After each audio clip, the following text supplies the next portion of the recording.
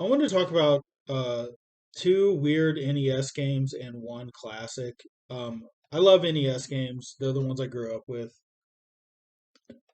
and NES is just my favorite console.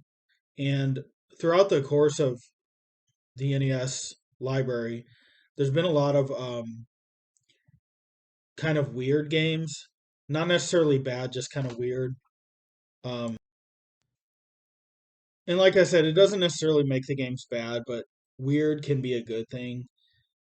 So the first weird game. These are all fighting games, by the way. All three of these games are fighting games, martial arts, whatever you want to call it. The first weird one is Kung Fu. Now, I remember Kung Fu from being a kid, and I played it recently, actually. It's kind of weird in just the level design, the way it plays through, and um, just the mechanics of the game, the way it looks, like the designs and stuff of the characters. Um, it's just kind of a weird feeling game. Um, but it's kind of fun the way you play through. It's a really short game and you just play through the stages. You're like going up the levels in a building and you just basically punch and kick and defeat the enemies and there's a boss in each level. But it just has a weird feel to it. It's a little bit more difficult of an NES game also, but still a fun one to try out. Um, if you're looking for a fun NES game, I would recommend giving it a try. Kung Fu wasn't a really popular one from what I remember. Um it wasn't one of the mainstream NES games, but I think it was a black box game. It was one of the original NES games, I think, from what I remember. Definitely a cool one to check out, so I recommend it. Another very weird one, but one that I really like a lot is Master Chu and the Drunkard Who. This is definitely I think this was only released in Asia. It's definitely a more low key, like one you didn't hear about a lot growing up. I didn't know about it until I was an adult, from an AVGN episode. Um, Master Chu is, it's definitely weird in the design and the gameplay. You press up to jump, which is, it always makes a game more difficult when it has that. And I want to mention Kung Fu was another one you press up to jump. So that kind of made it a little weird. Um, but Master Chu and the Drunkard Who I did beat a few months ago. Um, my first time really like playing through it, I beat it. So it's it's got some challenging parts because of the way you press up to jump. There's some later on in the game it gets a little more challenging, but it is definitely beatable.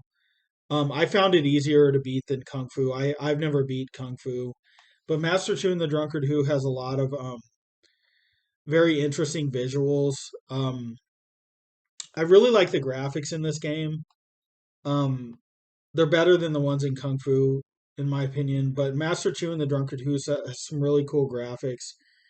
Um, it's another martial arts one. It's like the Taoist, uh, you know, Taoist Chinese Kung Fu type of game, and um, it's another pretty short game. But like I said, it gets a little more challenging towards the end. But definitely a weird one in terms of the graphics and just the gameplay and stuff like that. But definitely um, another one worth checking out. Like I said, it is beatable, so it's a very fun one. So check that out. And moving on to the classic, none other than Ninja Gaiden for NES.